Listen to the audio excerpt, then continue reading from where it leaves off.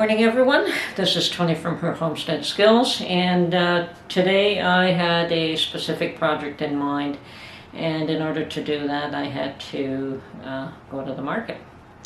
I was looking for some spinach, and although I do have my own garden fresh spinach that was blanched and frozen, the blanched and frozen variety is probably not suitable for what I want to do. My intent is to dehydrate, so I will be washing, dehydrating, and turning the spinach into a powder. And what I'll do with that powder later, I'll show you later on. Anyway, for some odd reason, perhaps it's just my age showing, but all I could think about was that little nursery rhyme that goes, to market, to buy a fat pig. Home again, jiggity jig. And I thought, geez, I bet my children don't even know that one. Just goes to show your age, doesn't it? Anyway, let's continue on here. Okay, so the process is actually pretty simple. I did buy 2 packages of spinach from the market, and it's not bad. It's a little different than the spinach that I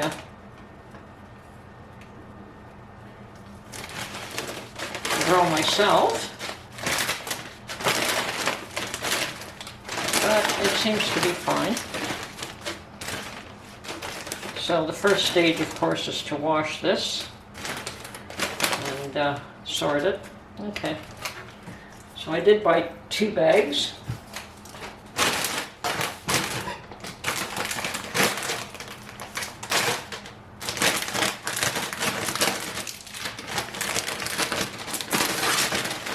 I have quite the day planned ahead of me. I want to do something else as well, but we'll start off getting this process on the go. And here I'm going to sort out the pieces I don't want out of this.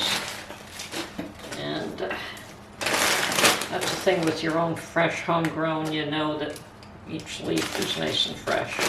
But this isn't bad, I suppose. Obviously you get spoiled once you grow your own. Okay, so we'll give this all a good wash.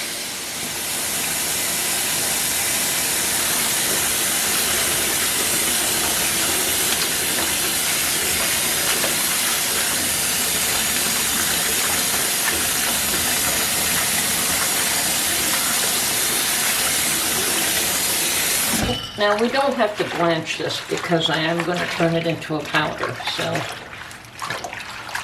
probably blanching it would just prolong the drying.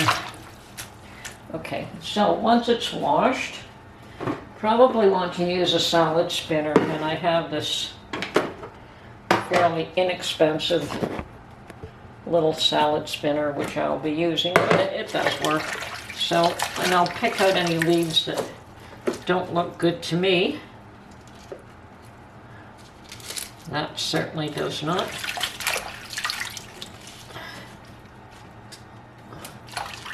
Unfortunately, there are some in here that are of that ilk.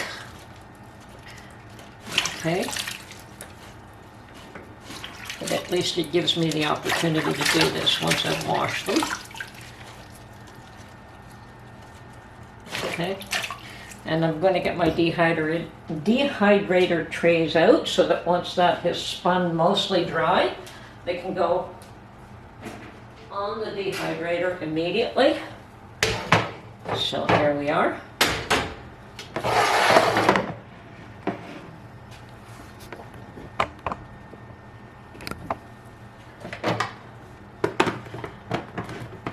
I really should buy a better quality one at some point. I don't really like this thing, but it does work.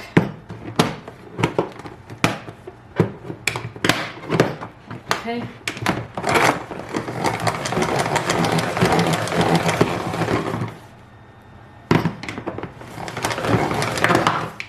And that's why I don't like this thing.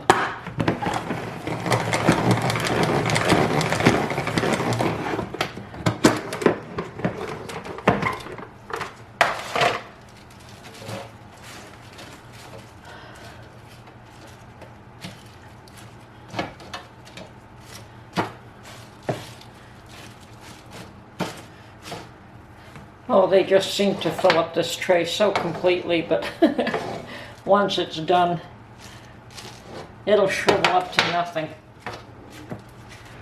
Okay, start a second tray.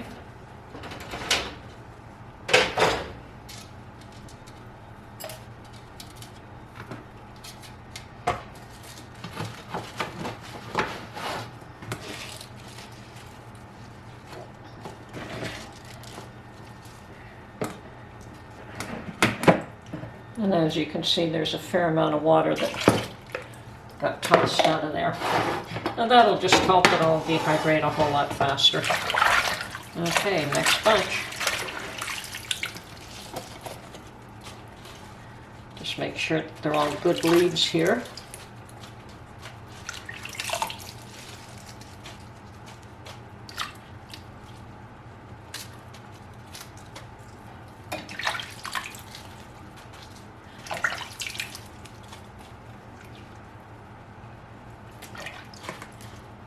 And remove anything you don't like.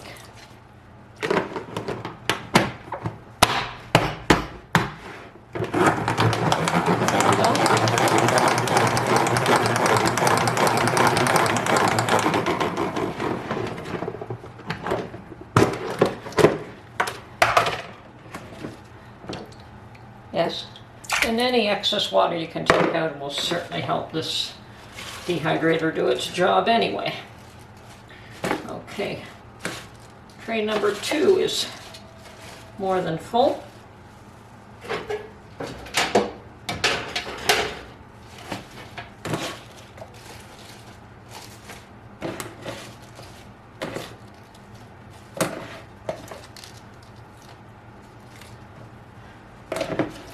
And let's do this again. Anyway, when I get finished with this, I'll get back to you. As you can see, I've got 5 full trays. I'm going to try to nest them a little bit better, just because these leaves are fairly large, and they will shrink down to nothing pretty quickly though. So what I'm probably going to do is just put them on the dehydrator and then come back and adjust it after about an hour and see how that goes. Yes, I definitely have more leaves on the bottom trays. Okay. And as I said, they should dehydrate fairly quickly. And when they are done, we'll get back to you on how we make the powder and perhaps what we're going to use it for as well. So that's the first stage. And yes, I had to take out, a little bit of grass and a few that were not quite as healthy as you would want them to be, but most of the spinach is in great shape, so I'm not unhappy with it. Okay, it's going on the dehydrator tray at about between 100 and 120 degrees. Okay, well, all that pile of spinach that barely fit into my dehydrator trays is all dry now, and I don't know if we're even going to get a small bowl full here. So I'm just going to start by crumpling it up a bit, and depending on how dry it is, I may just put this in the oven. Yeah, the stems still seem to be a little bit on the firm side. But I did turn it off last night. I did not let it run overnight at all, considering how fine this is, and I do want to turn it into a powder. So, coming along quite nicely, just simply crumpling it all up. Amazing how little you end up with. And I know I'm gonna, if I want to make any quantity of this, I'm definitely going to have to grow it myself.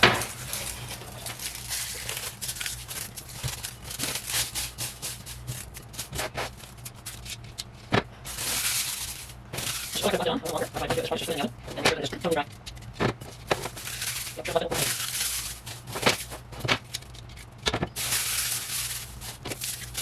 want to turn this into a counter?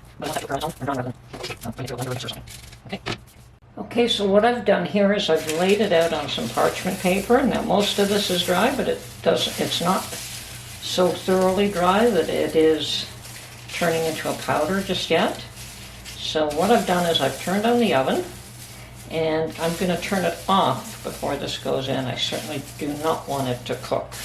I just want it to dry a little more, and I'll just let it sit there for the day, and so that these ones that have some moisture in them will continue to dry out, and the rest of them, as you can see, a lot of this is already turning to a powder, and we want it all to do that.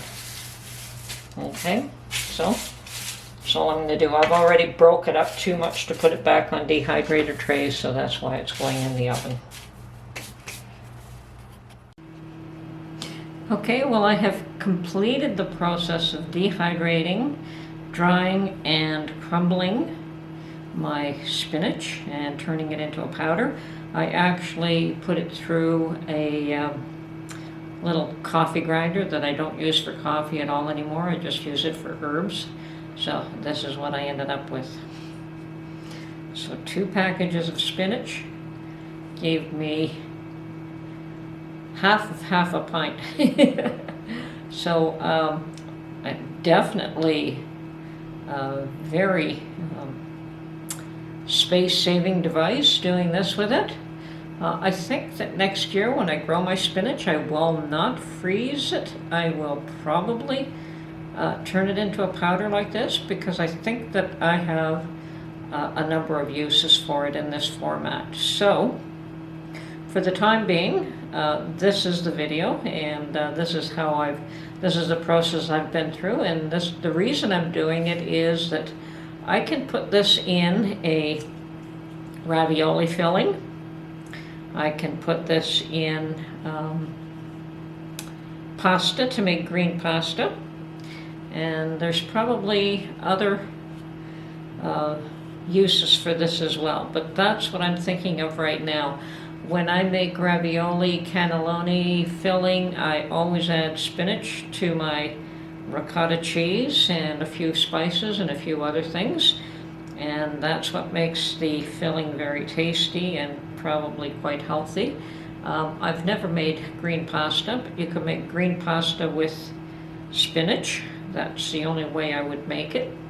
I know you could make a radish pasta by adding probably tomato paste would be the way to do that. So it might be interesting to try some colored linguine.